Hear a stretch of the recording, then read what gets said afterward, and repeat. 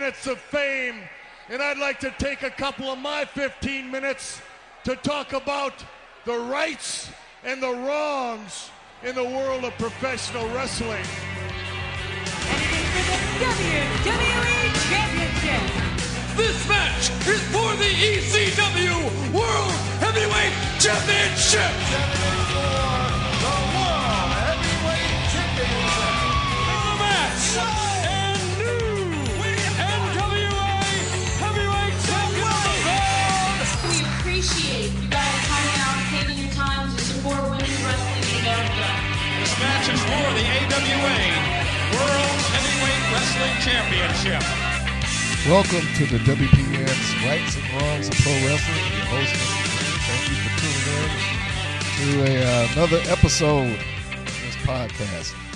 Today is going to be much like one of the other ones. Every once in a while I grab a show from the archives and share it with people because I found that there are new listeners, new subscribers, new people that have come across who have not followed the journey that I've had, I guess, in the pro wrestling journalism business, if you want to call it that, for the time that I've been doing it. Some of this has been going on for me since 2010. So there's several of these that have been kind of archived under different shows, under different podcasts and things like that. So, and I want to share it with you because of some of the people that I had a chance to speak with. And in this particular instance, the young lady that you all know, Miss Shelly Martinez, some of you know her as a former WWE Diva, well, I guess we should say from the now defunct ECW brand.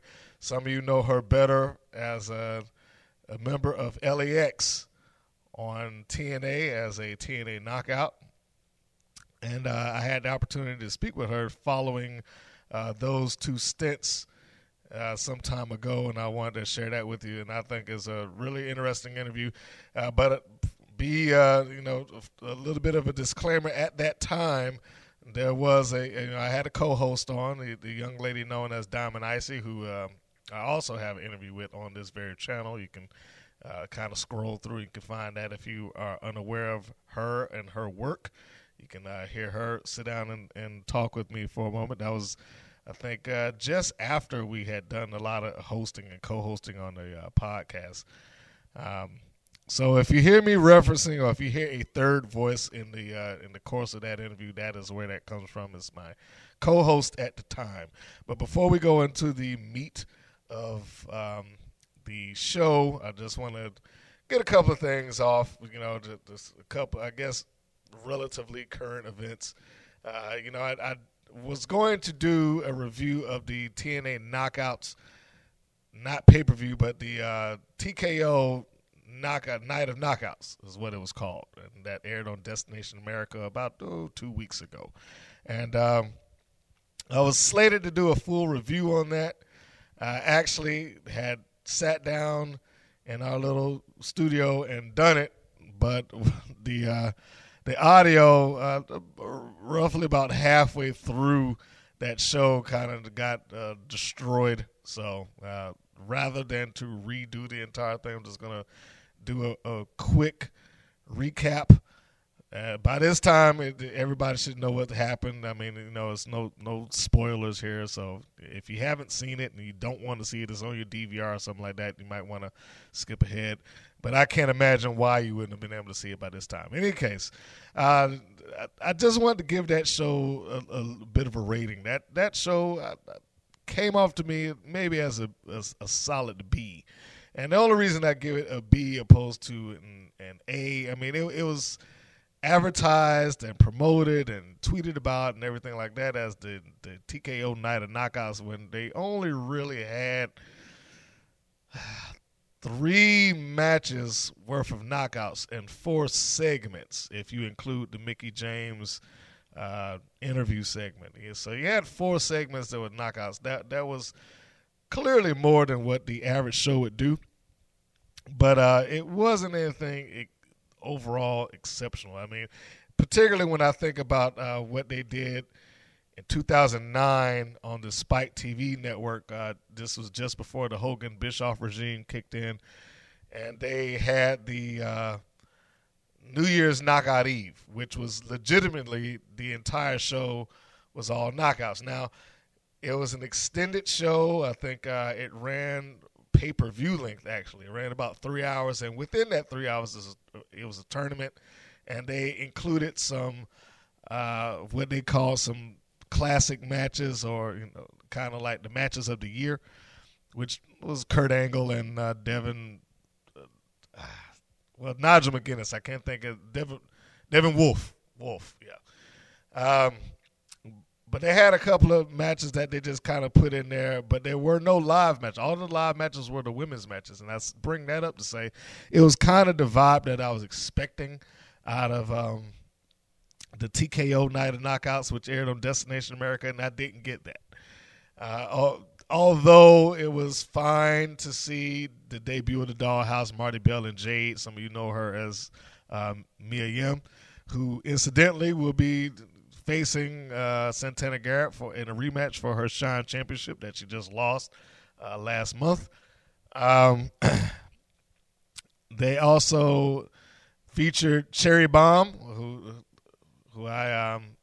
she went under a different name when she came onto the show, onto the Night of Knockouts. She was basically there as enhancement talent for Jade's debut and the debut of the Dollhouse in general. The Dollhouse I thought was a fine act, although I didn't really understand why they introduced this kind of tag team in a singular way. I thought it would have been better if Marty Bell was able to get in there and wrestle also. We have seen Marty Bell wrestle in a TNA ring before. She was a part of the Knockouts pay-per-view that they had, one of those one-night stands. She did the most recent one. And so we know what she could do. And if you're listening to this, odds are you probably seen her wrestle on the independent circuit for, some time. And you know that she's pretty good in the ring, as is Jade, a.k.a. Mia Yim. So, it didn't bother me in terms of I didn't get the chance to see what she could do. I just thought that in a debut form that they should both be introduced. But I took that away once I saw where they went with the debut, essentially introducing the Dollhouse as a kind of a psychotic, arrested development young ladies, who with severe anger issues, which came through when Jade was getting frustrated that she wasn't able to put her opponent down the way she wanted to, and Marty Bell getting upset with the referee trying to kick her out, and them being upset with Christy Hemme for announcing the opponent as the winner, even if it was by DQ. And they attacked all of these people. They attacked the referee, Christy Hemme, which was a little bit of shock because she, really doesn't do anything all that physical anymore. They attacked Cherry Bomb, which, by the way, the fans knew they were chanting her name at some point in the match. So I thought that debut was fine. Mickie James coming in and doing her little deal with the speech with her fiance, soon-to-be husband, Magnus, and James Storm coming out.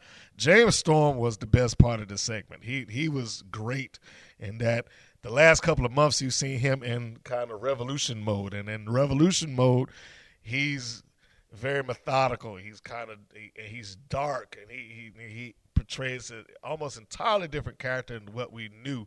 But when he came out in this segment, he turned that switch quick. He was back to the beer money James Storm and had essentially the crowd eating out of the palm of his hands because he was giving them everything that they wanted. And very subtly, you saw Magnus over there kind of like, why is this guy intervening in our family affairs? So I thought the segment was interesting. I enjoyed that. Of course, by this time, they've moved that storyline forward, and we're getting to an issue with Magnus and James Storm.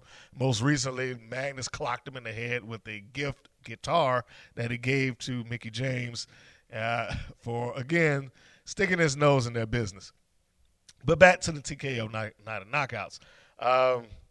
Also, the championship, well, I shouldn't say the championship match. Let me reverse it for a little bit. The Fatal 4-Way Gail Kim, Angelina Love, Madison Rain, and Brooke Tessmacher all had a pretty engaging match. I thought it was nice to see, and it was nice that Brooke Tessmacher came out and scored the victory in there. She hasn't been, in my opinion, has not been getting a lot of love lately. Although I know that she, of the four that were involved in it, is probably the least experienced of the bunch, and to have her challenging Taryn Terrell or Kong in this instance, whomever was going to walk out as champion, in this case it was Taryn Terrell, but having her challenged for the title, it might not have made for a great match because in terms of experience, I don't believe that she's at a place where she can give Terrell what she's looking for as a challenger. But that's a whole different, that's a whole different story. They've already had that match as well. But anyway, the Fatal 4-Way was fine. It was held up by Gail Kim, Madison Rain, Angelina Love. Brooke Tessmacher did her part as well. A lot of stuff going on, but she scored the clean win. So I thought that was nice. Nothing overly huge in that, but it was just a nice feeling match. The main event, and of course, as I'm saying this, I am skipping all of the stuff that took place with all of the guys over the course of the match. The course of the evening. Eric Young and Kurt Angle had a big long storyline going on throughout. That was threaded throughout the night. But because this is a quick recap, we're going to just skip through that. The main event, or a semi-main event in this case, because it didn't technically come on last, but it was the main event. Taryn Terrell, and Awesome Kong for the TNA Knockout Championship, which turned into a no-holds-barred, no DQ Knockout Championship match because Taryn Terrell came out and said she wanted no disqualification. So the match went forth with no disqualification, and, of course, that did not bother Awesome Kong in the least. And nearly nothing that Taryn Terrell did affected Kong in a major way. Of course, she got in some good shots here and there. I think she used the steps, used some kendo sticks and things of that nature. But ultimately, Kong was, as Kong is, she was the biggest, baddest force in the ring, and Taryn Terrell had nothing to stop her. The match basically ended up back inside the ring after they had gone out to the floor for a brief moment, and Kong slides the table in, placing Taryn Terrell on top of the table, getting ready to splash her, a la the Vader bomb, through the table and assumably scored a win. At that point, that's when the Dollhouse came back out the ringside. And, nobody knew why they were there at the time. They really had no publicized affiliation with anybody. But as Kong goes up to the second rope, getting ready to make that splash, they both pick up kendo sticks and start wailing away on Kong, giving Terrell enough time to slide out from underneath. And they performed a triple powerbomb, sending Kong through the table and allowing Taryn Terrell to score the win. If you haven't seen a triple powerbomb, just think the Shield, the way they used to do it, except in this case, the ropes held Awesome Kong up, and Marty Bell and Jade were on the sides of the ropes and kind of shoved Kong down as Taryn Terrell got underneath and pulled her down as well. So that was how they performed. A little bit of a modification to it, but the result was the same. They triple powerbombed her through the table, and Taryn Terrell scored the win. And just as soon as she scored the win, she morphed into this kind of evil woman. The smile changed, the laugh got a little bit more maniacal, and she was joined in the ring by what is apparently now her new faction, the Dollhouse. And they have now, established that is their place. It is their house, a.k.a. the Dollhouse. I had no problem with that match, or at least I had no problem with the turn. The only thing that I hoped for, they haven't given me yet. Hopefully they will come through. I was hoping that they would at least acknowledge the fact that Taryn Terrell, in the history of her being the champion, has not really been able to overcome the challenges that she's come up against as of yet. She's been able to beat some smaller opponents, Gail Kim size and things of that nature. But when you look back on her history as a knockout, the championship was previously held by Havoc, who also is kind of the monster wrestler. And Taryn Terrell never pinned her for that championship. She won in a triple threat match over Gail Kim. Her encounters with Kong, she never came out on top in those matches. She just kind of skated by. And I thought that was the history that they should have played upon. I thought if anything gave her reasoning or just cause or made her have the logic that I need help, it would be those things. Is that I really haven't had a great track record against these people. I haven't had a stellar track record even against Gail Kim. She had one of the most significant and outstanding matches of her career against Gail Kim in the last woman standing match. But since that time, Gail Kim has essentially come out on top. And the fact that she scored a win in a triple threat environment, those are the things I thought that they should have played upon, and I thought it would have been really interesting if she just not more or less came right out and said it, but if she had acknowledged the fact that, okay, it's rough, who could stand up to somebody like a Havoc, or who could stand up to an Awesome Kong? So I got an insurance policy. I got people that could watch my back and make sure that I never, ever, ever lose this championship. What they kind of did is that they went into, I'm tired of living in the Gail Kim shadow. I didn't really see her as living in her shadow, but it's their storyline, it's their way. So I'll go with it. I'll watch it, and I still enjoy the knockouts. I think they're doing great things to try to rebuild that division back up to what it was in its glory. Which was, I feel, somewhere in the nature between 2007 and 2009. I thought it was like at its peak. So they still make strides to kind of revamp it and put it back up to what it used to be. If you haven't noticed, Velvet Sky has returned.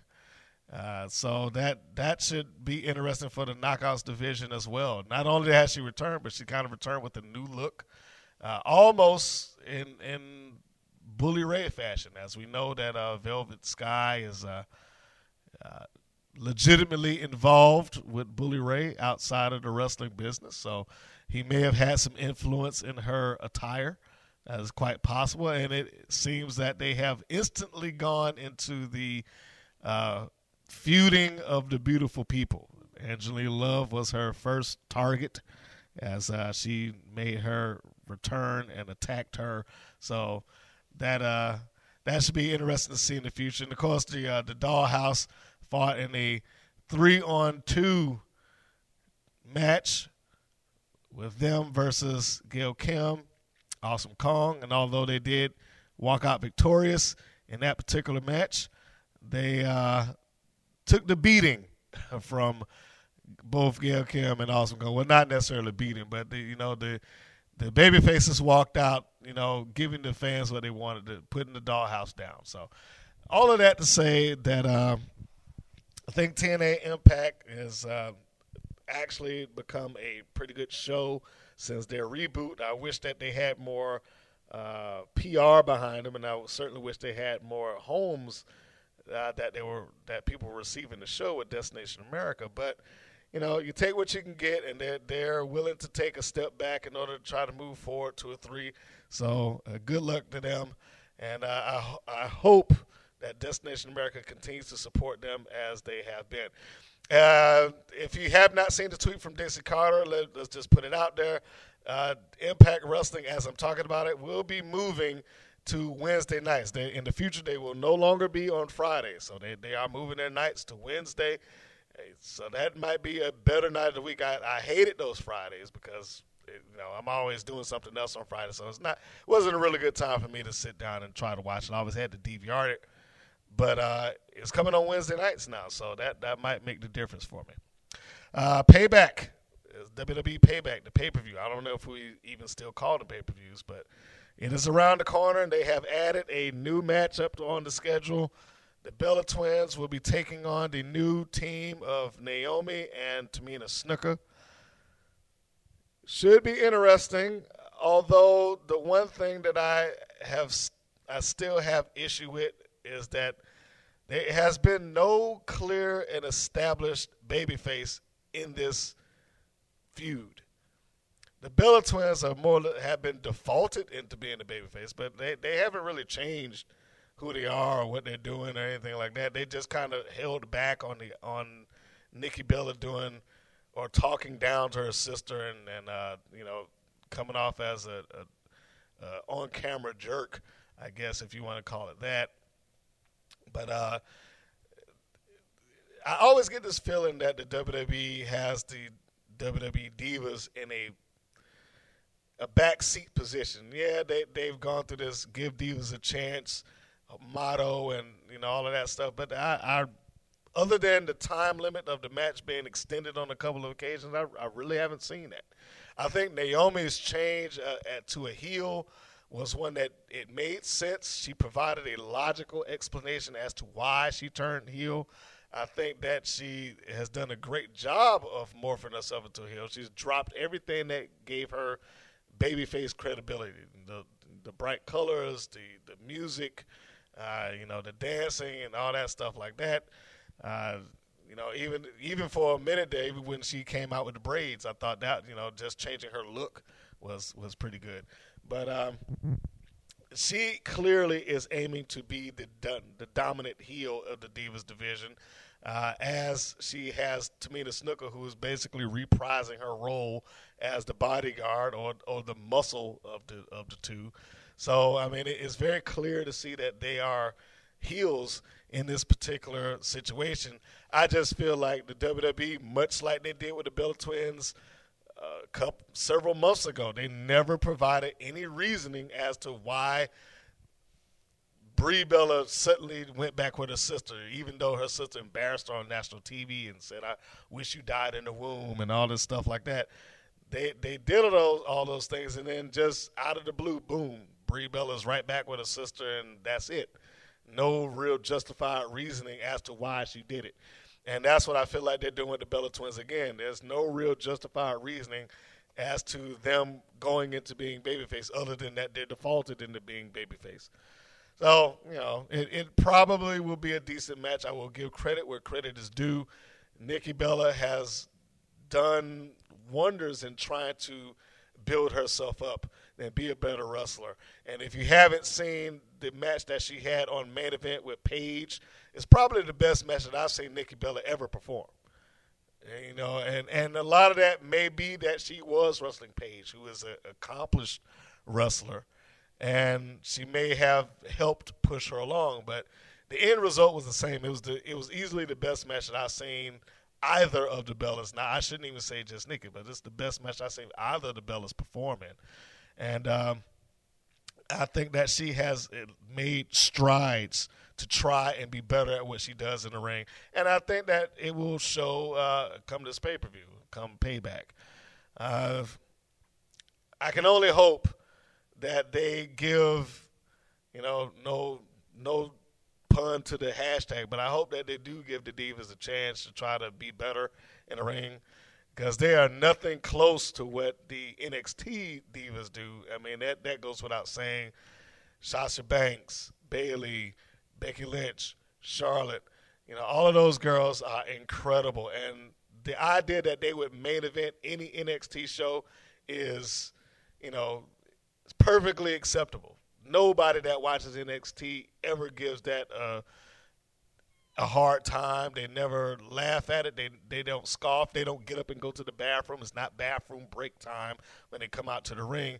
People legitimately want to see those matches, and they want to see those girls perform, and they want to see them, do what they do in the ring. They've had great matches. And I would say in most times when you look at NXT TakeOver, they're probably the number 2 match of the night, if not the number 1. So hopefully the main roster will get the opportunity to get up to that level at some point. All right. Well, I just wanted to get those things off real quick, a bit of those current events. So now, that being said, we're going to push this thing over to Shelly Martinez. If you are now sitting down and ready, you can hear my interview with the former member of LAX and former WWE Diva and TNA Knockout. Take a listen. Miss Martinez, are you with us there? Oh my gosh, yeah, I didn't know I was on the air yet. Lo siento. You are on the air. How are you doing? We are doing just fine. Good, Thank good. you for coming in. And, and I appreciate you responding at the last minute because I was like, I forgot to give her a reminder yesterday. It's okay. It worked out because I'm here now, so yay. And you're such a happy person, too. I try. I did have a bad day yesterday, but, everybody does. But I always aim to have a good day, and today's a good day, thank goodness. Good thing I didn't call yesterday. Like, your show wasn't yesterday because it was just bad. Well, fortunately, I didn't have it scheduled for yesterday because I was good in sleep through most of that day. Long night, but, we won't get into what I'm doing on my own time. So, what I forgot to do here was lay out the old theme music. Oh. Yeah. There we go. Those of you that remember her from her TNA days, I guess you would be in the, the third incarnation of LAX? I believe so. I know it was there for a couple of different versions, and then you came in with Homicide and Hernandez and with the Guerrero. So, yeah, y'all raised the bar a bit, had some fun. We sure did. It was just so much fun because at that point in my career, I really started realizing what not to worry about and to have fun, and that it's silly that a lot of people maybe get a little too wrapped up, myself included, and you miss out on all that. So by the time I learned a lot of lessons in WWE at TNA, I was really able to be more free because it was kind of like, okay, I know this is BS, and I absolutely should be having fun, so let me do this. And I just had such great chemistry on and off screen with Homicide and Hernandez. They're really my buds, and it's one of those things where, in life, you have a real friend where no matter how much time goes by, when you're talking to them or you're around them, it's like you picked up where you left off, and that's how it is with those two. So I feel very blessed to have worked with them. All right. And I must say I do enjoy Homicide's work. He's incredible in the ring. Hernandez, I'm really surprised they haven't given him the belt by now, but, that's a whole different. He looks like such a monster these days. OMG. He just looks like a freaking well-polished star. And Homicide, I think he's one of the most underrated people out there because he does crazy stuff, but at the same time, it's very much his own, flavor of how he delivers it all. So together, they're just great. I wish they would put them back together. And, if they wanted me to come, I would be more than happy. But I just think that now that they've been away separately and kind of fine-tuned themselves, oh, my gosh, they would kick butt even more if they got back together. I mean, not to say that, I know they don't say, that they're not together, but, actually be a team together again. Okay. Well, it would be nice to see them back there, see everybody back together, you included. And we're going to rewind just a little bit to the beginning of your career. Before I do that, Icy. Yes, sir. You haven't asked no questions? You don't have no questions there yet? Not yet, but it's not coming. yet? Okay, all right. I just make sure. So what we're going to do is we're going to start at the beginning for those that have not had the pleasure to hear you discuss your career and your start, and then we'll wind up with what you're doing today. So let's get back to the first time you hit the national scene, or at least what I assume to be the first time you hit the national scene with the WWE on ECW, or their version of ECW. Right. Yeah, it was really... Oh, go ahead, sorry. No, I was saying, how did you manage to get that first off? Well, long story short as I can make it, I wanted to be a wrestler. After high school, I was doing modeling and acting, and I would always blab my mouth about how much I loved wrestling because at that time there was no, WWE Tough Enough or anything like that to kind of expose that side of it, of how you get into it. And being that I am from California, it's not as a more mainstream, I guess is the word I'll use, kind of thing that goes on here, like back east or in the Midwest. You know, at least you got a couple different, like, pretty strong independent federations that run regularly, and people, you know, that's what they go and do. They look forward to it. So it was one of those things where living in California is very hard to become a wrestler and figure it out. But a casting director put me in an independent film about wrestling. They had some local wrestlers, picked their brains a little bit, and asked them, what, you know, how are you a wrestler? They told me you got to go to wrestling school. They told me where there was one. It was about 45 minutes from my house. So I kind of just dropped the seriousness of acting and modeling and just totally focused on wrestling. And then I did the whole independent scene, you know, paying my dues, definitely, like getting paid in nachos at independent shows because there's no money, things like that, you know. And, you know, there was just, you know, going through all that, and that was just such a learning experience. And I didn't know, again, at this point, how to really get into WWF at the time. So then that's when they did have Tough Enough. And for the second season, I think it was the second or third? Yeah, it was the second one. I tried to try out for it. I actually went to Las Vegas to, like, the semifinals, and I didn't make it. So then it was one of those things where it really lit a fire under my butt to really get into gear. I knew I wanted this. So I just worked my butt off, and a friend of mine at the time had asked me, he's like, how come you're not in, like, WWF? And I was like, I don't know. How do I be in WWF? Well, he made some custom motorcycles for Undertaker and I think Goldberg and stuff, so he kind of knew the people there. And next thing I know, Johnny Ace is calling me, and he's asking me for my pictures, and he told me how he got my information, and that's kind of how it started. Every time they came to the West Coast, I would go and get looked at. They'd tell me what I need to work on, and then I'd work on it. And it was just persistence. I was very persistent about it. So I really felt if I just kept with it, it would happen. So finally one day, out of the blue, I get called saying, hey, we want to bring you down to OVW, our training facility in Kentucky, for like a week, check you out, see what you got going on, because we're going to open up a new place in Florida soon. This is the beginning stages of the Florida Championship Wrestling. So I went for that. It was me and Angel Williams. That's how or Angelina Love. That's when we first met. And aside from her and I, it was a lot of, like, Diva search girls that didn't make it, like they've been cut kind of thing, but they were interested in them, like Maria was there and, you know, people like that, and Michelle McCool was there.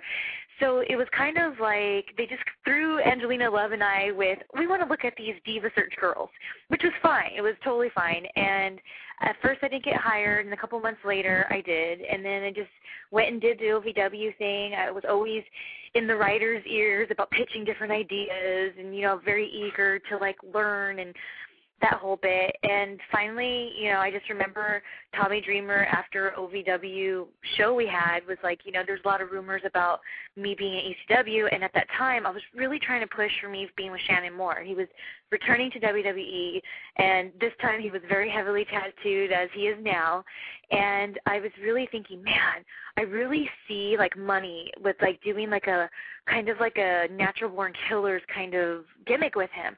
So I pitched it, and then I even thought, oh, what if, like, he could feud with Matt Hardy and have this whole thing. It was like this dream match that I had, and where we can go from there. I was very excited about it.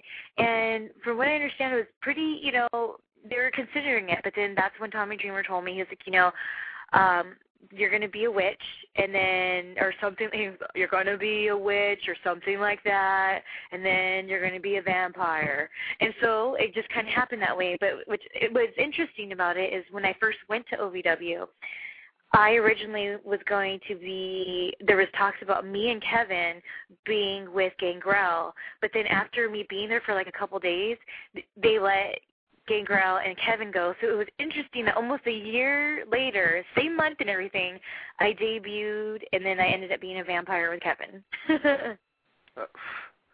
Oh, my goodness. Now, my question as, well, I guess you were brought in as Ariel at that time.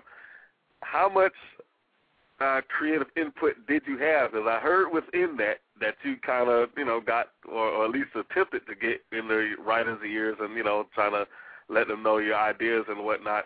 But how much, for people that are either attempting to get into WWE or just want to know what the backstage is like, how much pull do you have, in what you're going to do? To be honest with you, they kind of just told me, okay, you're going to be this vampire character, and because I've always been, like, since I was younger, very fascinated by vampires, very almost drawn to this, like, darkness, I kind of just did my own thing. Like, no one ever told me what to do. I just did it. But when you say how much, pool that I have, absolutely none. However, I think the way it works, based on my experience, is whether you're pitching it to them or you just do it and it works, if they see you're on the right path of drawing, even being a draw, putting the butts in the seats to come watch, they just kind of let you do your thing. But then when they start seeing that maybe if you're offending somebody or, if you're just not making good judgments at all, they're not going to let you continue. And then they'll tell you, look, you can't do this, you can't do that. So as far as the creative process goes, it kind of goes both ways. Either people do have a character like mine to where we kind of make it our own, and then they just tell us the words to say and let us do our thing. But then there's other people who they will specifically say, we need this from you, da-da-da-da-da, and then people do it, and they do a good job. So I think it just depends on the person themselves. But like I said, just to repeat, as far as how much pull I had absolutely no pull at all.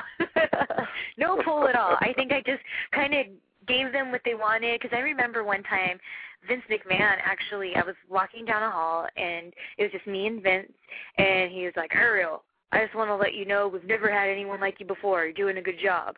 So I figured, okay, I'll just keep doing what I'm doing then. So I don't know if that answers your question, but that's my experience.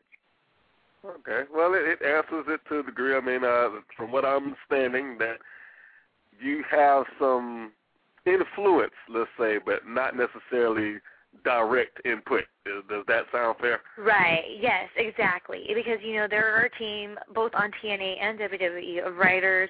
There's a lot of things that go into the creative process, period. Like, I don't think people realize that. Like, I know sometimes when I read what people's opinions of different things are, it's almost like the fans, and I understand why. They get upset when they feel like there's no justice in, like, this wrestler they like, and how come this? Oh, and it's like, that's because there's a team of creative people that are creatively putting these storylines together, and they're supposed to make you feel that way. You're supposed to feel that way. So when that person's time comes, yay, you're happy. So I think people kind of just that aren't directly in the business kind of forget that. And it's kind of funny to me because, some people get so upset, and I understand, like I said, because they don't know. But, there's just so much more that goes into wrestling besides the actual talent to have to do what they got to do to be and maintain the best performer they can.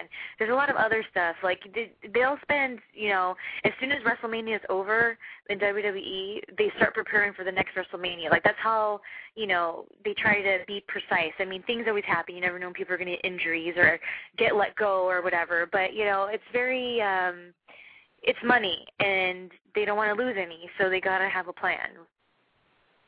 That's true. I can understand that. How political would you say, without getting yourself in any trouble, how political would you say the environment in the WWE is in either staying or being released?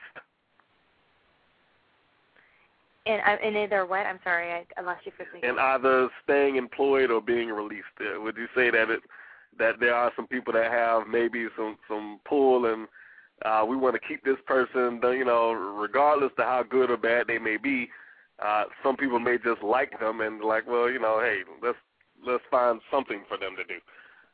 Absolutely. Or it might be on the other side of the fence. It might be that, they may be the most talented person in the world, and we just don't like them. Let them, For sure. Well, there's definitely a very high school vibe about some of the behind the scenes of wrestling. There's everything from being the quote, like you're saying, almost like the role of the quote-unquote popular kid that everybody likes that can do no wrong, and then there's the role of the popular cool guy that maybe all the peers like, but, you know, not all the teachers and the principal because they're trouble, like a Bart Simpson type, you know?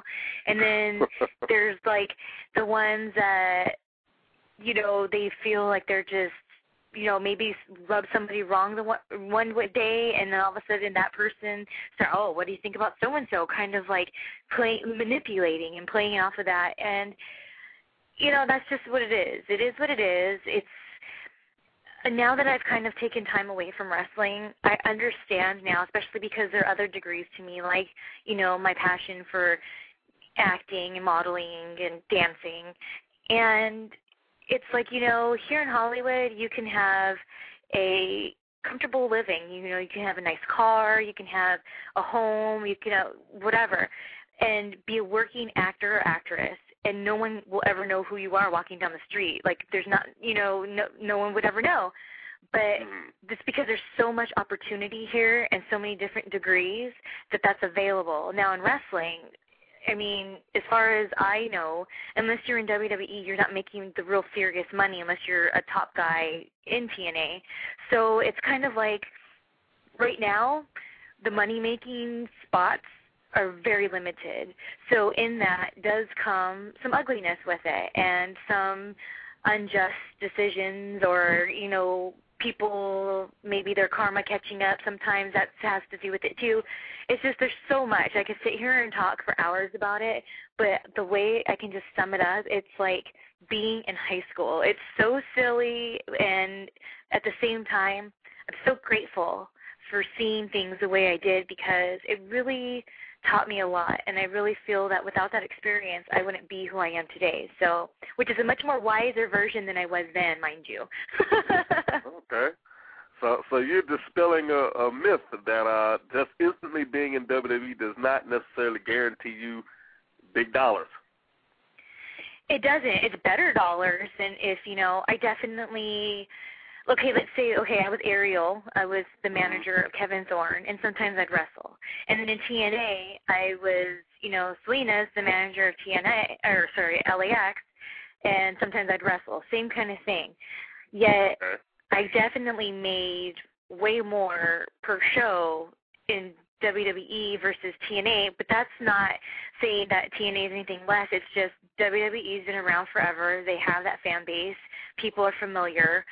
That's just how it is. And that's why, again, I think there's that different vibe between TNA and WWE because it's like that's where the money is, and money makes people go crazy. Money scares people. Like, you have a house and family, and then all of a sudden, if you think someone's going to be taking your spot soon, you're going to freak out. So it's very, you know, just cutthroat, bottom line.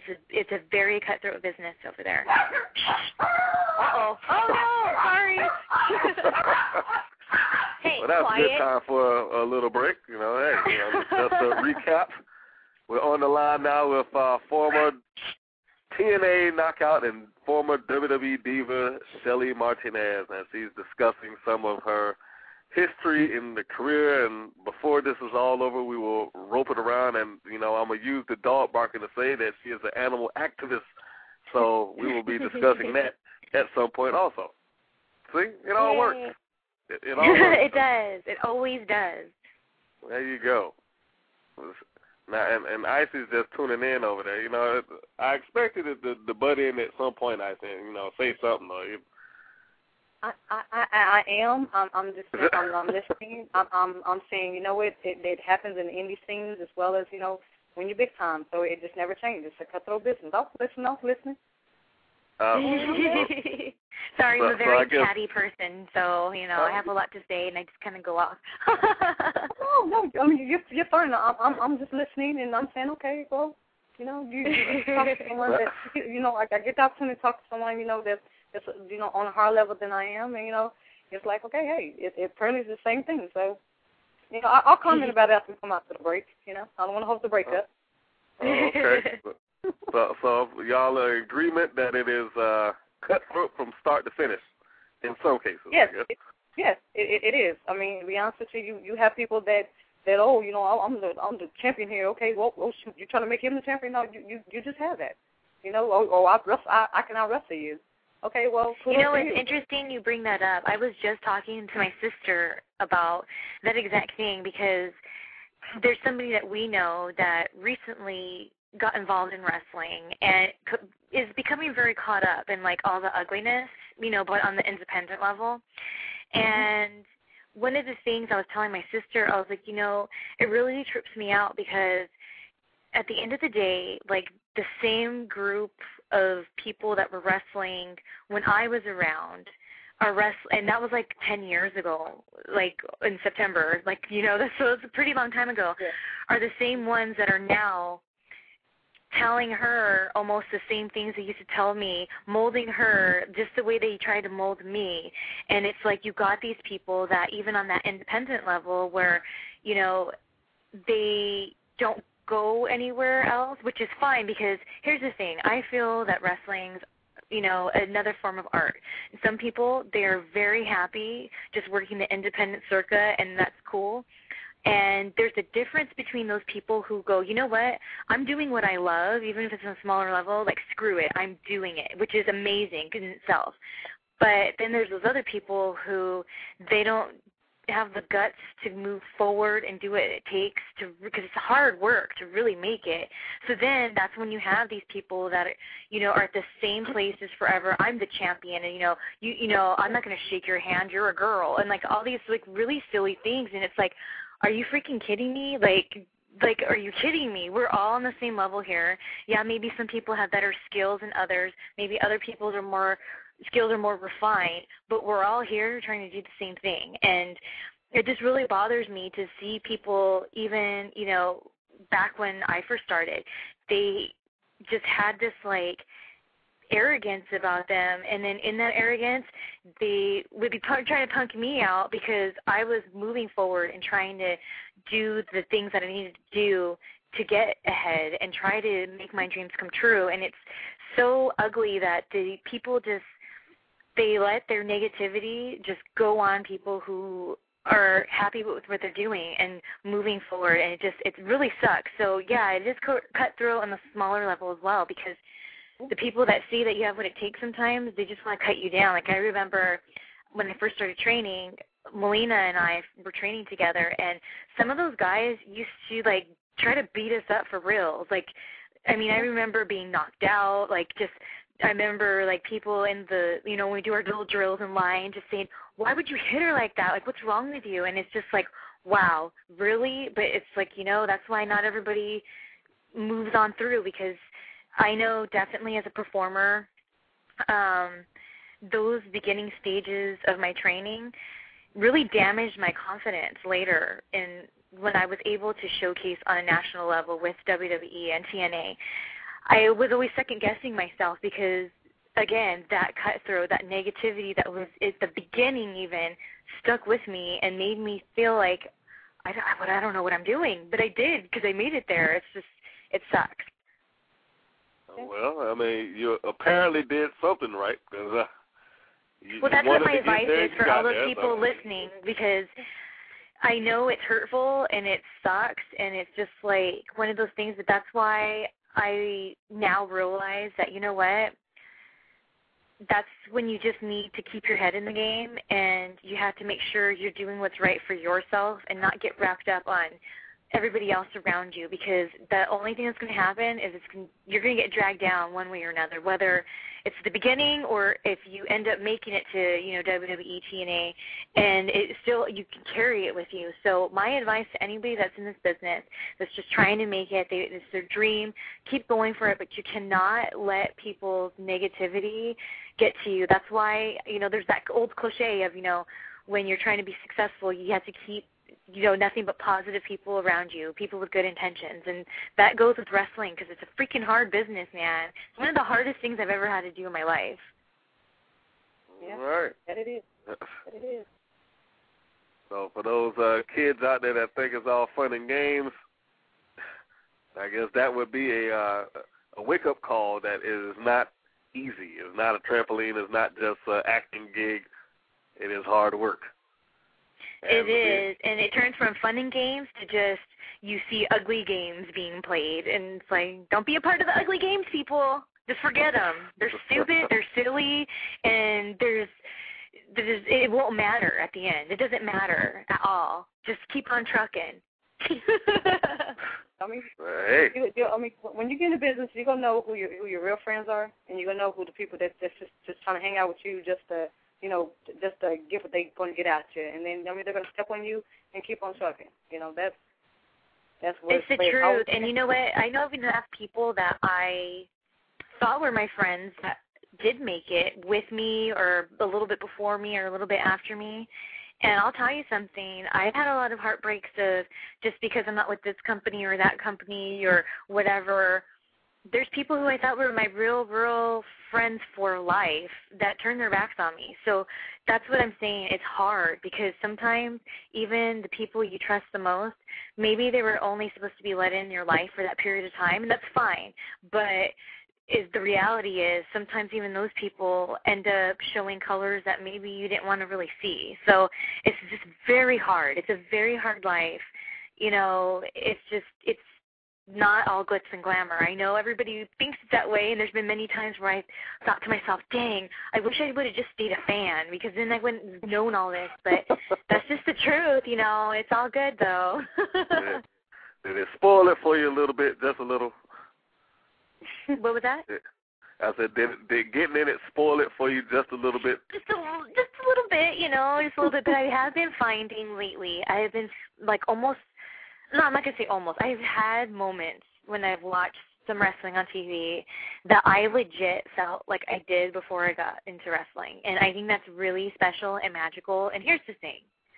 I know I'm very open on Twitter and my social networks about wanting to go back to TNA, and some people I know are like, we get it, or, you're making yourself real desperate, and that's not what it is. It's called, I have learned in the past when I wanted something, and to make it come true, I had to work hard and be persistent, but the fact that TNA's performers have inspired me, whether it be I was in Kentucky with them, and I watched them get denied by WWE, and WWE said they'd never be stars. I watched them become stars in TNA. Or people that maybe, I was in ECW with or at OVW with and got released later on or maybe before me, and see them become stars there. Or see people who I knew just in the independent scene, and they're getting their shot. And it's just been very inspiring in that sense. And then the wrestlers that they have on there, some of them have been wrestlers that have inspired me from when I was just training. So then there's that. And then it's whatever they got going on right now creatively, I have found myself chanting EC Dub. I have found myself saying holy crap and all this. And so I don't understand why some people want to be coming down on me a little bit when I'm just sharing how I legit feel. Like, what's wrong with that? What's desperate about saying, wow, they actually make me feel this way? So I now more than ever want to be a part of that company because they're actually making me have these feelings. They're inspiring me or making me feel like a fan. I think that's very special. And that's why whether I go back there or not, I really hope that they grow to the company that they can be, so they can be legit competition for WWE, so that everybody can, benefit from it, because Coke needs Pepsi. Yes, they do. You got to have a little bit of competition out there in order for you to get better. It's true. It's good.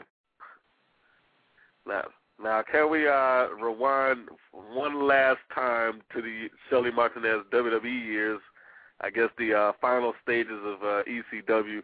Is there anything that you feel like you could have done differently to change your path, either to stay within the company or evolve your character or anything like that? Were the doors creatively open enough for you to say, hey, you know what, in order for me to do well here, I need to do this? Bottom line is this. Going back to the roots of when I first started and everything, and allowing other people's, little comments or what they said about me get to me. Even though I didn't let it get to me enough to where it kept me down, it did definitely stay with me because we all have insecurities. And it's just, that was another quote-unquote notch for insecurity on my belt, you know. So while I was in ECW, I remember thinking I sucked. No pun intended. Okay. But that's right. I really For those guys out there, don't be thinking dirty. But go ahead. I really thought that every single time I came back from out of that curtain, I could have did a better job. I allowed everything that everyone said that I couldn't do or that I was so limited and all this and this. I really think without realizing it, that's what really made me second-guess myself a ton. Because there was a time where I did just strictly lucha for about 2 years on the independent scene, and I really had a lot of confidence. And I know that there was things I could do, but then I was limiting myself. So in saying that, now when I look back on footage, I realize why I have the fans I do and why they're so into anything I do or anything I'm going to be a part of, because I did a really good job. Like, I remember doing a lot of improv stuff that, like, it just seemed so natural, and I understood why Vince McMahon told me that, and I understood why I had these fans. However, in saying that, I knew inside that, you know, I had that insecurity where I felt like I sucked, so if I would have realized that and not let people get to me that I wasn't sucking, I could have did an even better job. And that's what I feel separates people from just being great performers to being superstars, being legends, is they have that extra something that other people just can't duplicate because they just don't have it in them for whatever reason to pull it off. So in saying that, holding that back, maybe when I got into my argument with Batista, maybe the things I had to say would have meant more if I was shining like the star I should have been, because then they would have taken my word more serious if I was being more of a money maker in their eyes or a draw in their eyes.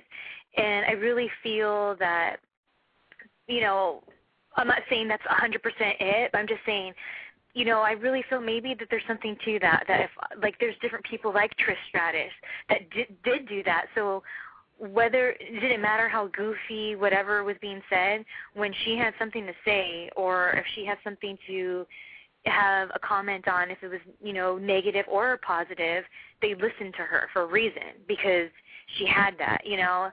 They listened to people like Melina because she has that. And it's like, I didn't allow myself to achieve that. And I really feel that if I can go back, I would have embraced that more instead of just being in my darkness and letting my darkness keep me down. Okay. All right. Well, I guess now you've evolved and grown and you know differently. I'm going to hit this quick break, and then we'll come back from that. We're going to talk about you in your TNA years, how you got started with that and everything else. So just sit tight, and we will be right back. This is Mr. Ray, and you're listening to the show, The Rights and the Wrongs of Pro Wrestling. The man of the hour, the man with the power. I am the hit maker, the record breaker. I got smiling grace and a loveless face. I'll make your back crack, your liver quiver. If you don't dig this mess, you have the wrong address. And superstar, while all the rest are in the back, laughing and joking. The dreams out front, woo! Cooking and smoking.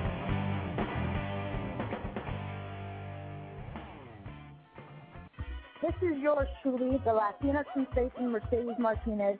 You are listening to The Right and Wrongs by Mr. Green. I really recommend for your health that you listen, because if you don't, yours truly, Mercedes Martinez will definitely come down there personally, give you a dose of the Latina rage. Mwah.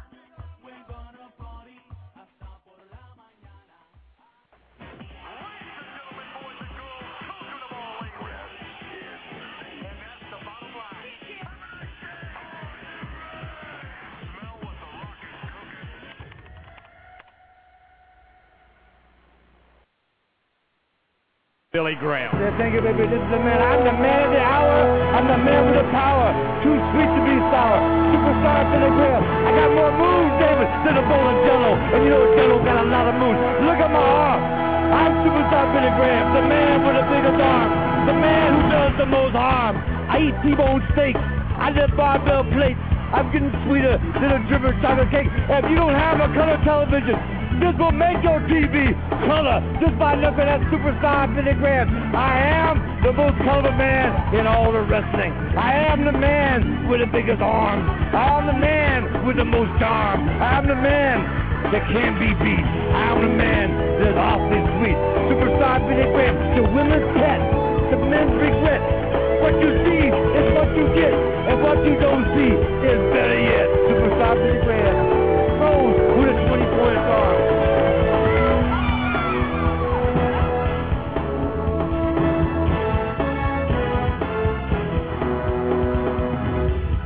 All right, ladies and gentlemen, we are back.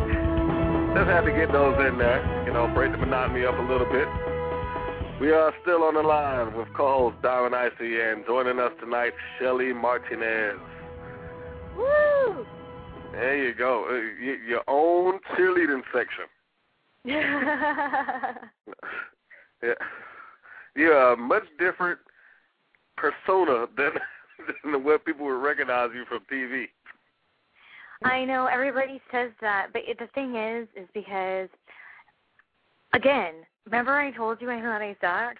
I really made people believe that was how I was. Like, serious. Like, people, I remember they'd meet me and they'd be like, wait a minute, you're like the happiest vampire I ever met. How is that possible?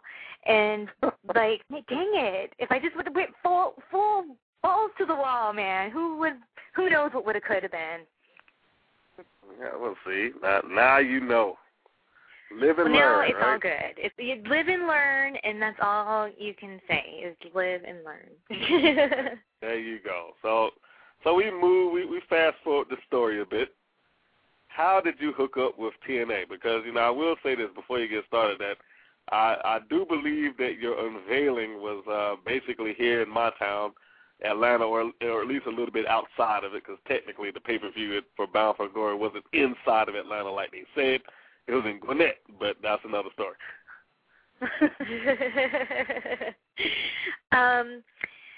Well, yeah, I kind of messed that one up when that reveal, but it's all good. It's all good. Anyway. Messed it up? How? What are you talking about? There was a cue that I couldn't see. Here's the thing. You would never know, right? So I'll just keep my mouth shut. Oh, okay. Yeah, leave it that way. Yes, I'll leave it that way. So when I was actually still in WWE, I remember going to the gym, and I would check TNA out because, my buddies were on there, wanted to see what they were doing. And I remember seeing, it's really funny, like I swear this is just the truth. I remember just working out on the, treadmill or whatever, and seeing LAX and thinking, man, if I wasn't here, I think it'd be fun to be with those people. Like, I think it's fun, and, like, what they're doing is just totally different from what I'm doing. I mean, I grew up in the hood, so, like, I get it. So I really felt like I could put that, like, sass into it and just something a little different. And then a couple months later, I get released, and then I went to one of their pay-per-views and met with Terry Taylor, gave him some pictures, see what's going on. And at the time, I was actually pitching because I was, I've always been friends with Frankie Kazarian. He's one of the first people that trained me. I was trying to pitch the same thing I was trying to pitch to WWE with Shannon with him, but in a different way. With Shannon, I was going to be more rocker. With him, it was more, just hot guy, hot girl type of thing. So they were just kind of like, I don't know, we had this other idea, and then before I knew it, the idea was to put me with LAX. I was like, oh my gosh, like, seriously? Because I didn't tell them, but I was thinking, wow, I was at the gym how many months ago saying I would totally be with these guys. Like, this is something I'd totally love to do. So then what I would do, before they knew for sure, they were just kind of thinking of it, like, I was so feeling it that I remember just when I'd be at the gym, I would think to myself, zone out, okay, so how would my entrance be? What kind of outfits would I wear? Like I was like just totally just like obsessing on this because I just totally felt it was going to happen. And I remember there was a time where like I wasn't really hearing back from Terry Taylor, so I was like, dang, maybe they're not going to use me. And I felt very insecure. And then boom, before you knew it, when I was driving back from Kentucky back to California because I had to move to Kentucky for OVW for a little bit, he called me and told me that I was going to be on the pay-per-view and that they're thinking about putting me with them, after the pay-per-view. So that's kind of how that all happened. It was just a trip, let me tell you, because like I said, it felt like a couple months ago I was just saying this and I was living this totally different life, and now here I am. So it was very interesting, but very, like I said, that time around, it was more fun. That's why if I go back and now I've even learned more than when I was there, there's just going to be so much fun. And I think, everybody needs their dose of fun time Shelly over there.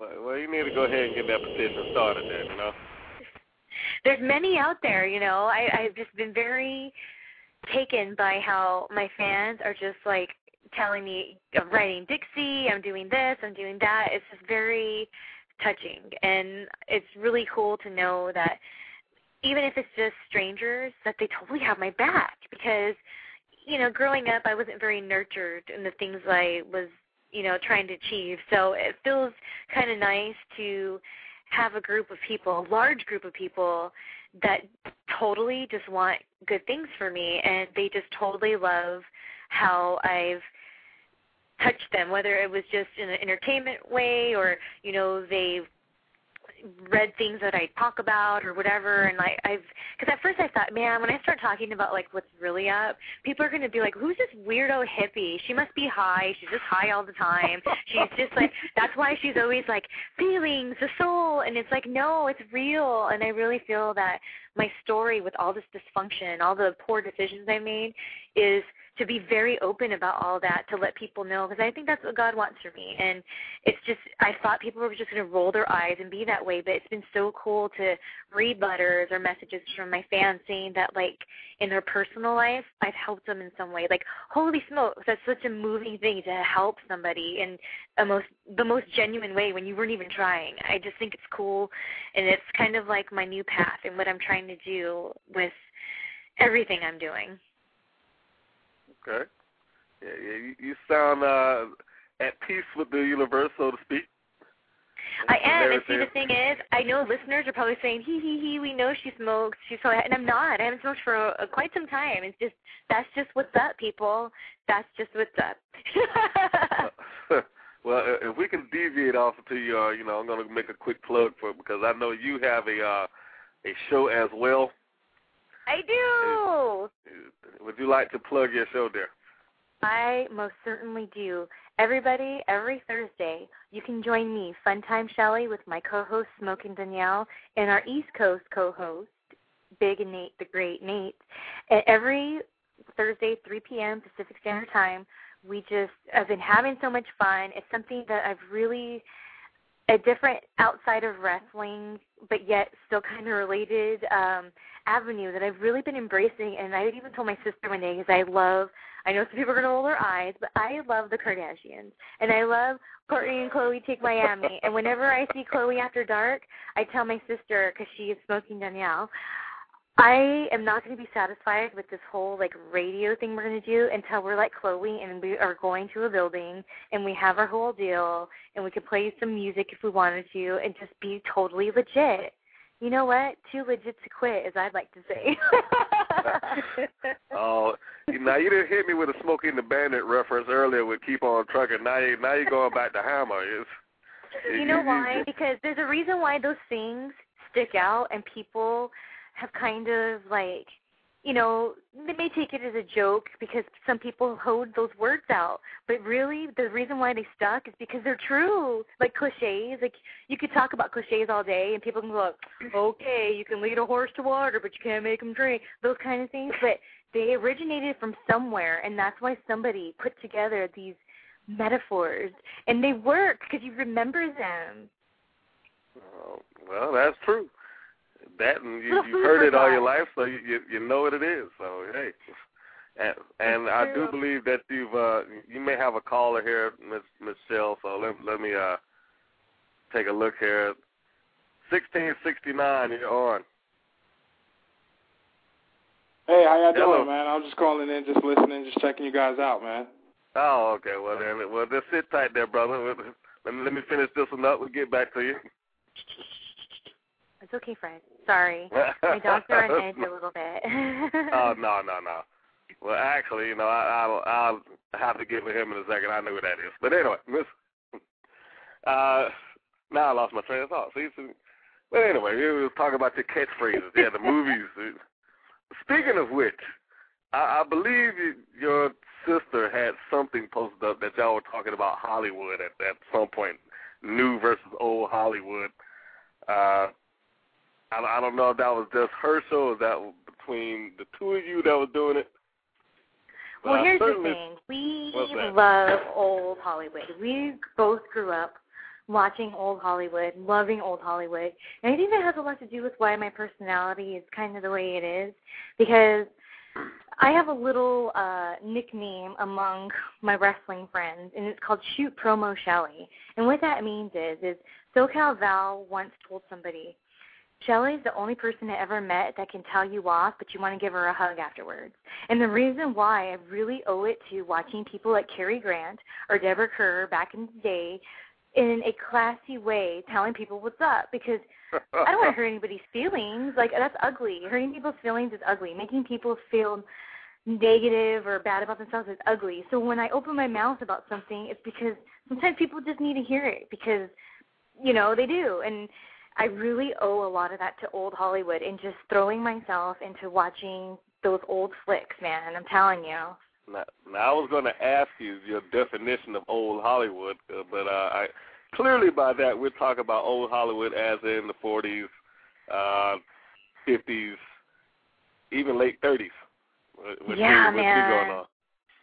Well, that's why I used to pluck my eyebrows so thin. When I had those really awful, really thin eyebrows that made me look older than I was, that's why, because I was like, I want to look like these old Hollywood movie stars. Well, don't get me started talking about Hollywood right now, because there's plenty I have to say on that, which is why I responded to that thing. I was like, the next time y'all have that conversation, you let me know, because I need to be there for that one. Well, there was a whole different pace. Well, thank you. There was a whole different pace and nature in Hollywood at that time, but that's a different issue.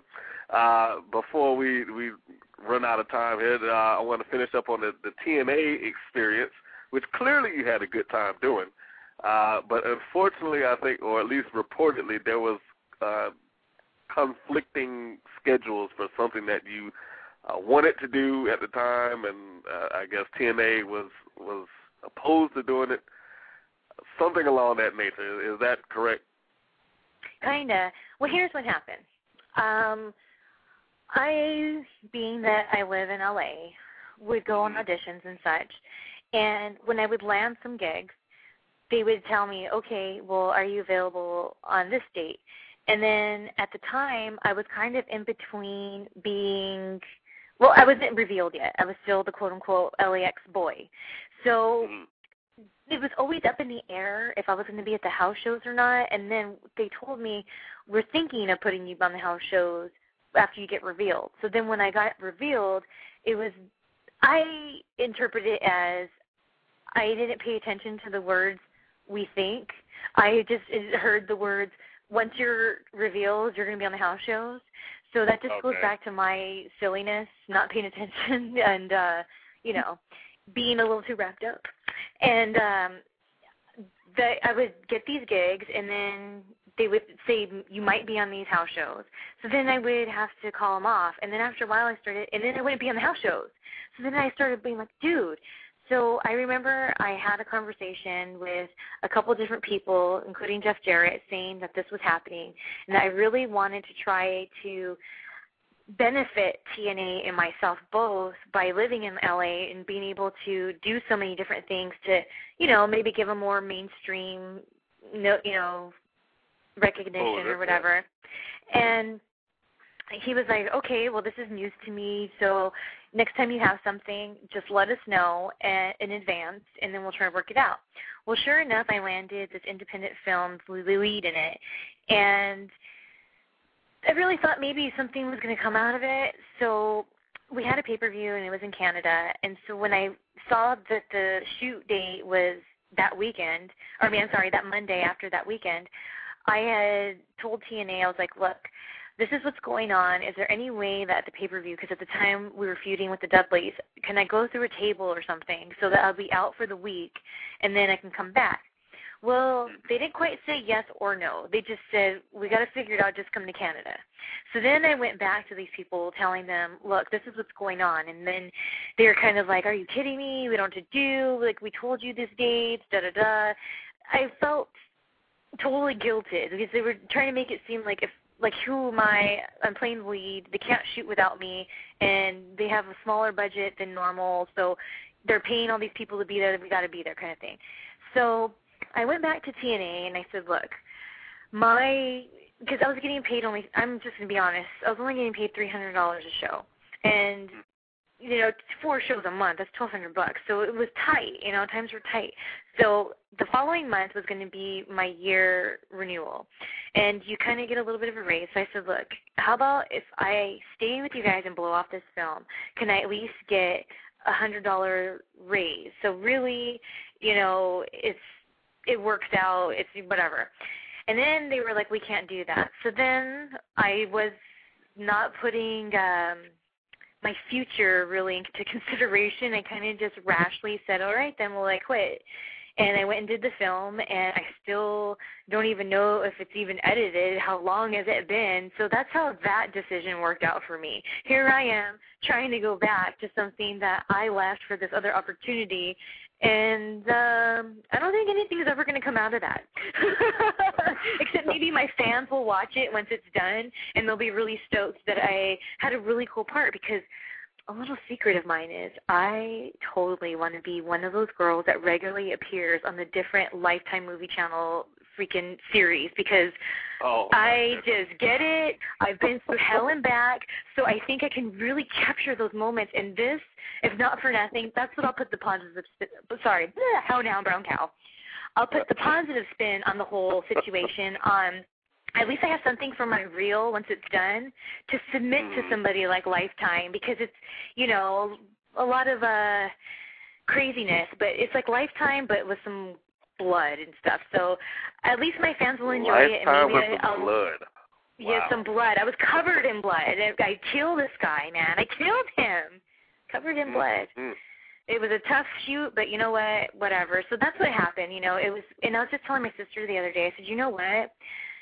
If I just would have, when the people many months before told me this is the date we're going to shoot, if I would have submitted that date to TNA, maybe I could have had both. But instead, I wasn't thinking. That's why it's very important, people out there. I'm going to have a little mom moment. It's very important to be organized, because I've lost out on a lot of really huge opportunities because I goofed up on a time, a date, or whatever. And that's just a little advice for you kids, because let me tell you, I have lost out on so many mainstream, outside of wrestling, opportunities just by goofing up, by not writing something down and keeping to it, or paying attention to conflicting schedules. Pay attention. All right. Well, that is a good point for those that are attempting to do something, especially business-oriented. But, even with you admitting the faults, and that is very big of you to admit that, hey, that fell into your hands and you could have had better control over it.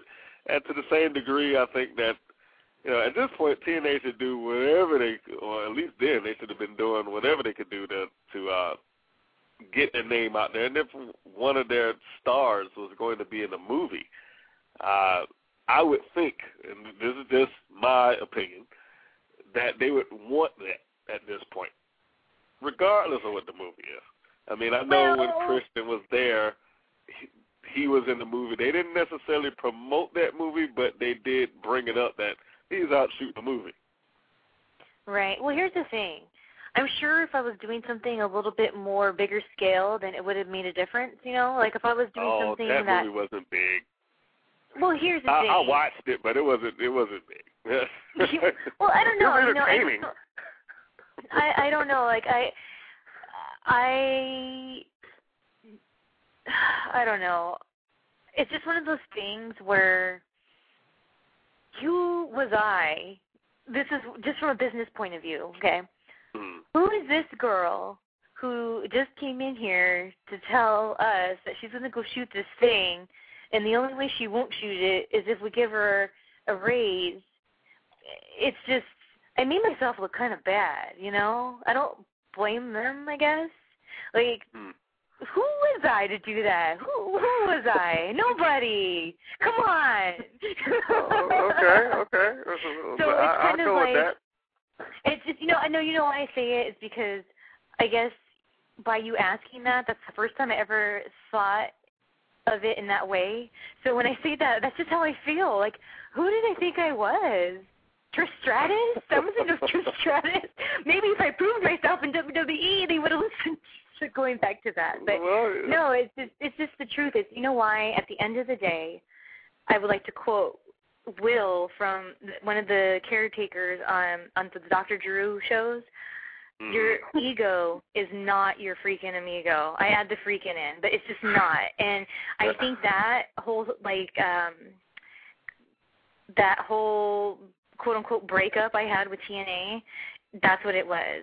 My ego was not being my amigo, and I didn't realize it. And so now I have to start over. But it's fine because now even, like, I started training again and stuff, and I was telling myself, because I was in Mexico, and there was a couple of things that, you know, didn't go according to plan, and it really bothered me as a performer, but not in a way where I got down on myself, in a way like, you know what, I need to be training. Like, it's important to constantly be training because how else are you going to not only stay crisp with your moves and everything, but then learn other things that are outside the box. So I told myself, okay, I have to go, now that my head is in a different place by going back into the game, I have to start over again. So I started over with basic training, and I'm going to tell you something. I thought my ego was going to get to me a little bit and not be my amigo by training with people who are just starting and, you know, come on, look at what I've done. But you know what? Not 1% did I feel that way, and it was really cool. It was almost like I felt like when I first started training, but with all that anxiety that everybody was giving me because I've already been through it. So it's kind of like it was so – that's why I know I'm going to finally be that performer in the wrestling world that I should have been before because I just feel it now. Like it was such an eye-opener to have that training session and go, oh, my gosh, this is powerful. Like I can do this, and I'm going to do it. I'm going to do it better than before because all that distraction is gone because I know it's all BS, and now it's just freaking game time. So that's where I'm at right now. Well, I want you to hold that thought. For those that are listening live, we got about 35 seconds in the live stream. To catch what she's going to say next, you're going to have to get the download, so be sure to catch the podcast by hitting the favorite if you are part of the Blog Talk community. Hit the heart if you want to favorite the show, or just hit the word favorite. You can download on your iPad, iPhone, iPod, and the various other podcast materials. Just hit that. You will be able to get the rest of this show. You will find her stance on animals and medical marijuana. Yeah, baby. Woo!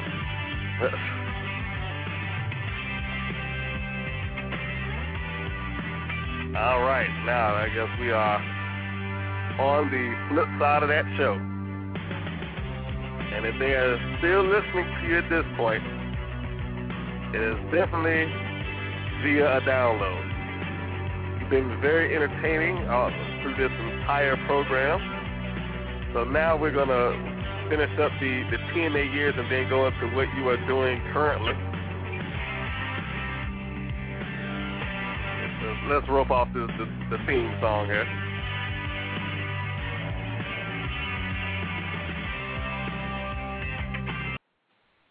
All right. Oh, the lights I totally are forgot to give my Blog Talk link out when you asked me about it. Well, let's get the Blog Talk link out right now. Yay! Okay, everybody. Every Thursday you should log on to blogtalkradio.com/Fun Time Shelly. SHELLY. No EY, just a Y. Okay. I'll have to add your link onto the page that I have. We got your picture up there.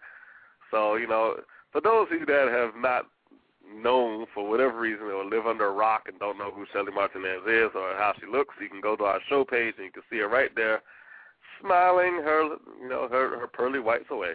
So yay, as I should. So there we have it. Now, TNA, which clearly you have established was a very fun company for you, had a good time in there, was not necessarily the payday that WWE was, but they were a good company nonetheless. I still kind of go back to the whole thing that, they're still in a building phase, and I would have liked them to have, done some other things to kind of push their people out there. I think that's the one thing that not just TNA, but almost every company in the world lacks, other than WWE. They're like the only ones that know we're going to make a star today. Right. I don't know why, because, if you said something there, like maybe if you had a better run in WWE, they would have treated you better. But in theory, what you did in WWE shouldn't have counted in TNA. And I say in theory. I see your theory. Because, they're a whole different company. If you're working at McDonald's and I decide to go to Burger King, what I did at McDonald's shouldn't even count. I'm doing it flame broiled now. I'm not frying the burgers no more. This is true. It's just, the wrestling world is just crazy. And you have to be a little bit crazy to be in it, if not a lot. So, it's just hard to say, like, the what if or what if this or that. It's just, you don't know. And then it always goes back to, as well, as, like, the people who have decision-making or inputs or, whatever you want to call it, the politics, the people in charge of politics, whatever. You never know why they're thinking that way, or why maybe somebody changed their mind about somebody, their opinion of somebody. It's just, you just never know. And that's why I think it's important to, again, not to repeat myself, but not get too wrapped up in it, because it's so not stable. Like, you know what I mean? Like, we were talking about earlier, at a place like at WWE, one day, everyone can like you, but if you rub the wrong person wrong and that person has more pull than all the people who like you, you can start seeing your, status going down a little bit. And it's a trip. It's a trip, and that goes back to, I think that's just why the wrestling business is just more cutthroat than any business I've ever been in part of, that's for sure. And I've been, around a lot of different kinds of businesses, but it's just, when I saw that movie, The Wrestler, I really felt, when people would be like, oh, is that really how it is? I was like, you know what, you have no idea. Like, it's so that way that I kind of felt like, who are these people, like, allowing these people to invade on what my life is? You know what I mean? So it's just, I know it's a long-winded answer what you're saying, but it's just, you just don't know. It's hard. Like, right when you think you predict or why things happen, you can be proven wrong the next day. It's just weird. It's weird, and the more I'm talking about it, the more I'm realizing how weird it is. So I'm sorry if I'm rambling. It's just tripping me out now, because now I'm just thinking like, whoa. well, that's okay, because, we covered the TNA years, I should say, of Shelly Martinez. So the one thing that we have to get into is that, I guess, wrestling, you didn't allow it to define your life as a whole. You were released or parted ways with TNA. You would like to go back, but, aside from that, you found other things to do and found other releases for yourself creatively, including, of course, the Blog Talk Radio, which we're going to plug again, Fun Time Shelly. Woo! Find on there. But you've voiced some opinions, and you being an advocate for animal rights, use of medical marijuana. Yes.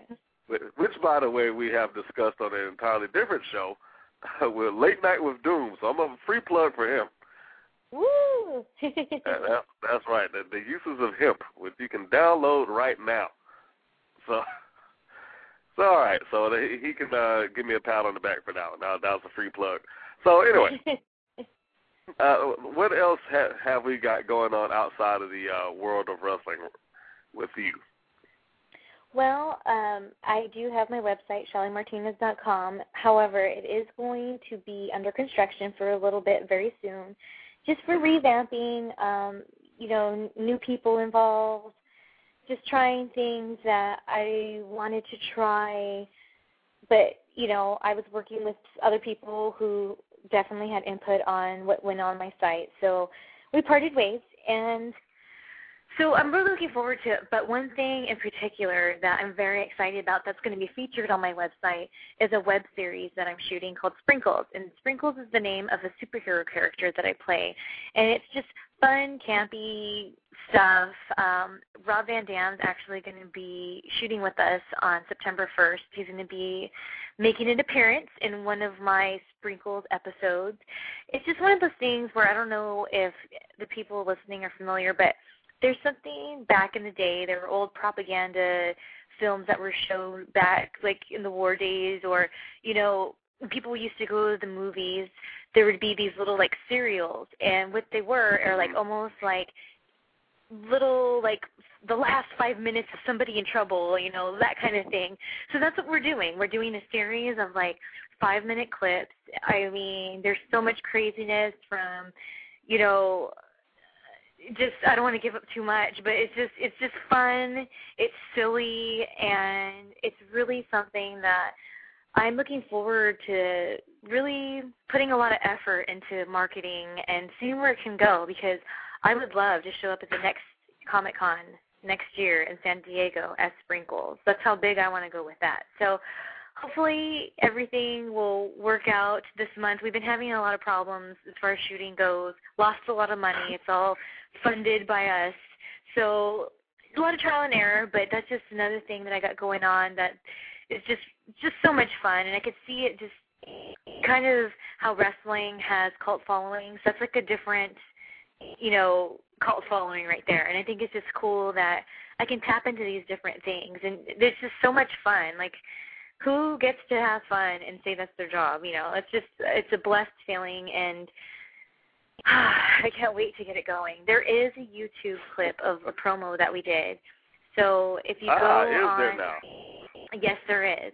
And when I hang up with you on my Twitter, which is @FunTimeShelly, I will put on there the link to the little promo that we got, and it kind of explains who Sprinkles is. That's what it is. A little introduction to Sprinkles. Okay. Oh, and then on Friday, I'm going to be shooting for Lowrider Magazine, which is very cool to me because back in the day before wrestling and all that, I had been in the magazine quite a few times, and I would always talk about wrestling and how much I loved wrestling. So it's really cool that I have an opportunity to shoot with them how many years later right at the time when I'm restarting my wrestling career. So I kind of feel like, it's just a little one of those things in life where you go, hey, this happened before. It's happening again. Now I got to do it better because I've never been on the cover. So this Friday I'm going to try to just look as great as I can because I want that freaking cover. Well, you better talk to them photographers. Hey, just walk them off in the back and, turn on the wrestling persona and threaten them a bit. But here's the thing, when I used to shoot for them, again, Insecure Girl, there was a lot I was holding back. So I'm ready to even show Lowrider Magazine what's up now. Shelly Martinez version 2.0. There we go. Now, I'm sure some guys out there listening that have seen you on TV either on WWE or on TNA or on the reality series are going to have a hard time buying that you were insecure. You have no idea. Like, honestly, you have no idea. Long story short as I make it, and not to be a downer, I had a very dysfunctional growing up. So dysfunctional growing up equals a lot of issues, especially when it comes to your confidence, especially when people preyed on you because they saw that you kind of stand out and they don't like it. So, you know, I wouldn't change anything just because going through those kind of emotions really made me more sensitive to people's feelings. And, like, I'm the worst person to be next to if you're going to talk bad about somebody. I'm always like, that's mean. You shouldn't say that. You never know. Like, I'm that person. So if I really feel if I didn't have all those types of things happen to me, then I probably wouldn't be as understanding and compassionate. So it's all good, but at the same time, man, let me tell you, like, I used to, like, here's the thing, especially in WWE, I used to think I was the least attractive girl on the roster. I thought that I was fat. I thought, you know, not only is everybody better looking than me and in better shape than me, but they're better wrestlers than me. Like, that's where my head was. Like, people don't realize that. Like, it's easy to put up a facade, but, like, that's what I'm saying. Like, I captured people in different ways, whether it be modeling, wrestling, acting, and like you're saying, they'd be shocked to hear this. That's why it bothers me that I had more, but I just wasn't feeling it, and that's why I'm eager now that I'm feeling it to go for it, you know? Okay. You know, I know even with you explaining that, some people are going to really kind of like, nah, no. It's the truth. You have no idea. Like, I swear to you, like, so much anxiety over always thinking I wasn't good enough, I wasn't pretty enough. Like, you know, I used to tell people, you don't understand. I know that I'm not ugly based on the fact that I get paid to take pictures, based on the fact that I'm on television and getting paid, based on the fact that I've never had trouble, you know, getting attention from the opposite sex.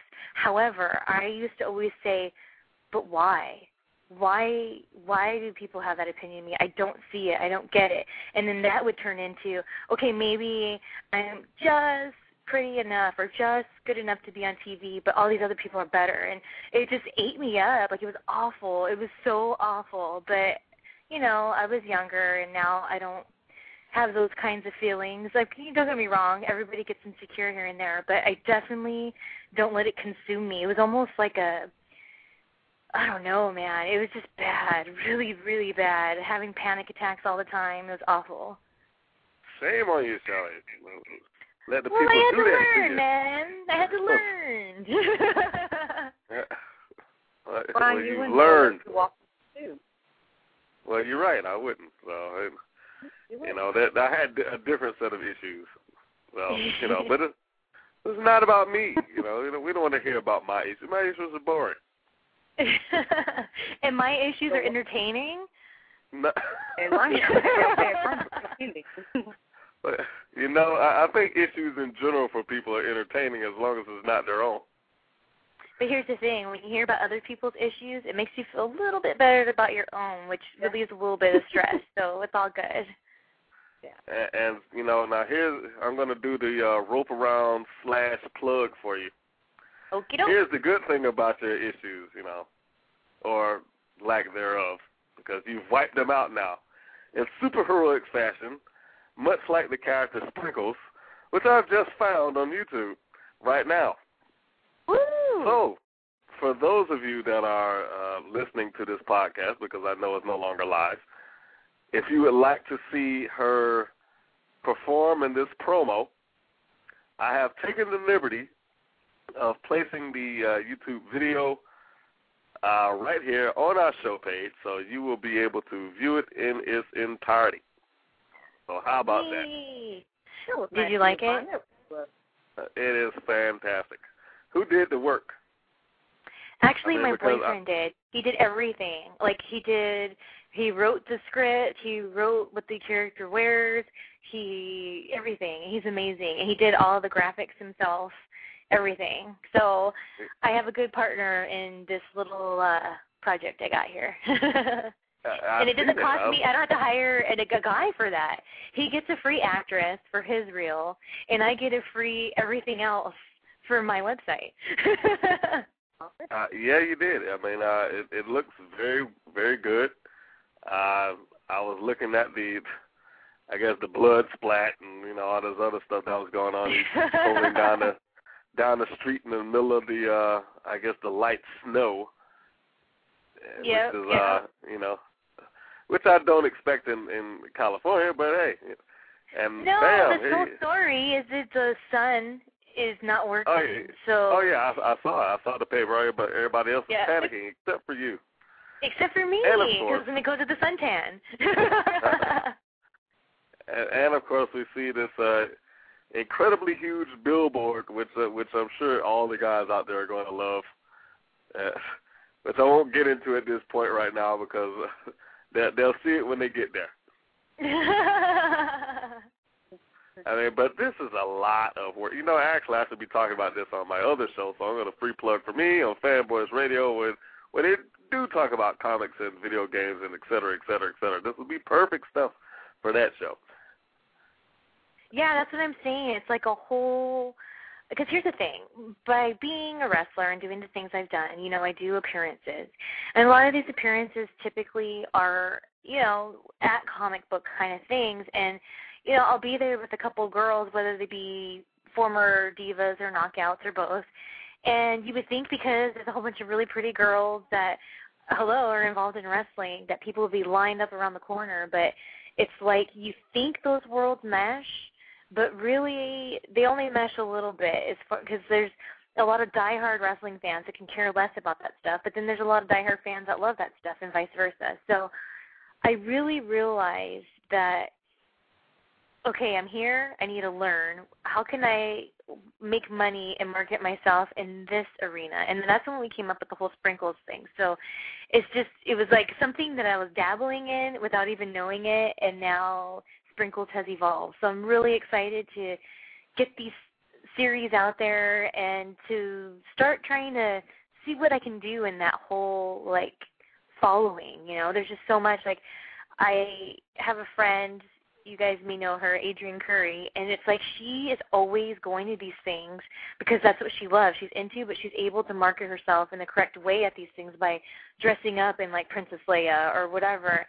And I think that's really cool, to make your own kind of mark in these little niches. It's the more niches, the better. I have the pinup, I have the wrestling. Now I want to conquer the whole comic book scene because I think even though I'm not a comic book geek in the sense of knowing everything about comic books, I've always been more of I loved how the women looked. I loved how they were represented and how strong they looked, but they still look feminine. So I'm kind of going into it, whereas my boyfriend's a comic book geek, I'm going into it with almost the fantasy head of it all, of being these women that as a child seeing drawings and going, whoa, I wish I could look like that one day. And it's hey, now I'm that, and it's that day. Now I have to ask, how long did this actually take for y'all to produce? That one, it took a little while, I know, because there's a lot of, the CG stuff and all that.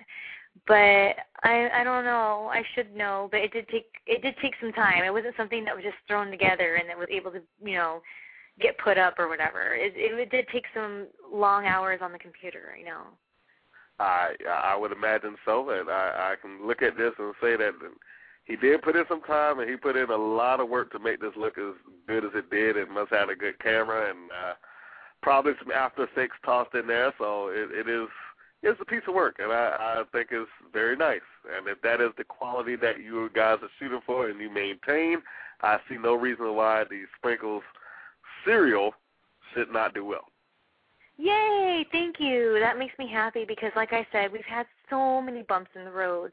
And, at times it can be so discouraging to, especially, like I said, as far as the money goes for, the stuff that we've been shooting that's outside of the promo. The promo was a little easier because we're able to use my friend's, work for the office, and most of the stuff was done, on the computer with long hours, unfortunately. But the other stuff we're doing, there's like locations involved, there's props involved, and that's where it gets expensive. So the fact that we've had actual full shoot days and then we have to go back now and reshoot everything, it's just kind of like, oh my gosh, you don't want to do it because it's like, why bother? But I can't stop thinking about one thing that made me really feel confident is Ryan Seacrest one time, I would like to quote him, said, people don't realize how close they are to what they want to achieve because they give up. And it just rang in my head, and I'm really glad that we keep on pushing forward and trying to go, because I really believe in it, and it's so cool to hear from somebody as yourself that, hello, you have another show that you talk about stuff like this, to say that. Like, that's just so encouraging, and I am going to happily share that information later. Well, yeah, you have to do your little plug on that show now. So, I didn't. Of course, we knew about the wrestling side of you. I was not aware at the time that you did something comic book oriented. So, when you have time, feel free and come on and talk about Sprinkles, your new character, or your alter ego. I would love to. Let me tell you what. As soon as we get a couple filmed, and so we could at least put some teasers out there on YouTube and have something to reference, then I'll come on and talk about it, because then it'll give us, maybe some of that, traffic we need to get more, word out there about Sprinkles. And who is Sprinkles? Well, your promo is already posted on the wrestling show page right now. So, again, if you are listening to this download and you are wanting to know what it is that we're talking about, go to the show page, blogtalkradio.com/The Wrestling Show, and at the bottom you will see the Sprinkles promo starring Shelly Martinez. Woo! Very good stuff, and it is visually is kind of, I don't know if you looked at Sin City, but it's Sin City with color. Let's say that it's not black and white. Yes, very colorful. It's that kind of graphic. It's very colorful. So I don't want to give the wrong impression. I just mean that in terms of the CGI that is being put into play. Yes. So there we have it. And we have to reiterate, we've got a lot of things going on outside the wrestling industry now, and I know you have much more stuff in your resume, but we try to condense that into a nutshell. Yes. That's my happenings now. That is right. Yeah, happenings now. Yes. And one last plug for Fun Time with Shelly, because there are some people that wanted to know. I called an IM not too long ago, asked me, hey, I missed it. When's their show? So if you would be so kind to replug Fun Time with Shelly when you air on Blog Talk, please. Yes. Every Thursday at 3 p.m. Pacific Standard Time, you can find me and Smokin' Danielle and Nate on blogtalkradio.com/FunTimeShelly. And we call ourselves Fun Time Radio because that's what we aim for, just to have fun time on the radio with each other and with all of you. All right. And we forgot your Twitter. Because we know that and my you have Twitter, a Twitter. Yes. And you can always follow me on Twitter, which is my fave thing ever. Like, who cares if I have a Facebook or not? Because the one I actually do is private, but I don't even go on it as much. Like, once in a while, if I see I have a message, because I'm all about the Twitter. I'm all about the Twitter. So, in saying that, you can follow me at FunTimeShelly. All right. Hey, you want to plug your sister out? Because, I've started following her, so. As you should. My sister is Smokin' Danielle, my co-host on Funtime Radio. She's the most amazing person I ever met in my entire life, and that's not because she's my sister. It's because I really feel she's a little gift from God to me to keep me sane and to understand life. And she's very cool. She's a singer. She's been tapping into acting. She does the Funtime Radio. She has a lot to say, so you should follow her at Green Venus 10 on Twitter. Green Venus 10. And let's be clear, that is the numerical 10, 10. Yes. Do not spell Yes. 10 out. No 10 out. 10. Green Venus 10. There we go. So, yes, we I've done my good deed for the day, and managed to get your Twitter, your blog talk, and your sister's Twitter in there as well. And I am going to make sure that one of these days, Thursdays, I may have to tune in and make a quick call into the show and see how things are going out there in Cali. I'm always inviting people to call, especially people that when I go on their show, because that's the fun part. I can go on yours, you can go on mine, I can go on the other one. It's all good. Well, you're cool people, Shelly. We enjoyed having you here. You've been a blast to talk to. Well, thank you for having me. I've had so much fun. And, hey, for a last-minute interview, not too bad, huh? You got a hold of me, got a hold of you. Not bad Here at I am. all. Yeah, not bad at all. You were great. Well, and thank you. We're gonna leave the door open for you to come back in the future. Especially for your Sprinkles project. That is a whole different thing that we're gonna have to talk about later on. We will, and it's just going to be exciting. You guys, the whole effing show is going to be on it. How can you not love it? The guy who talks about how he used to have his own comic book place. Like, that's what's up with Sprinkles, people. What? Oh, yeah. And you can tell him I've seen his movie, too.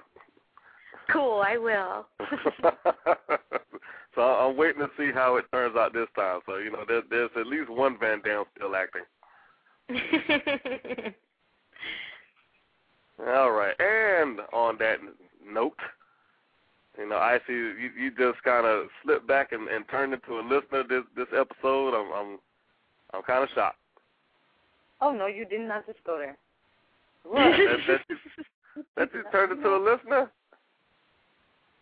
I'm listening. I know you're gonna let me. Don't eat me up now. Don't do what? I said, don't beat me up now. Don't start on me now. I'm done. Come on. You know what? It's too late in the nighttime for me to be trying to beat you up right now. All you got to do is say boo, and I'm like, okay, I'll go to sleep.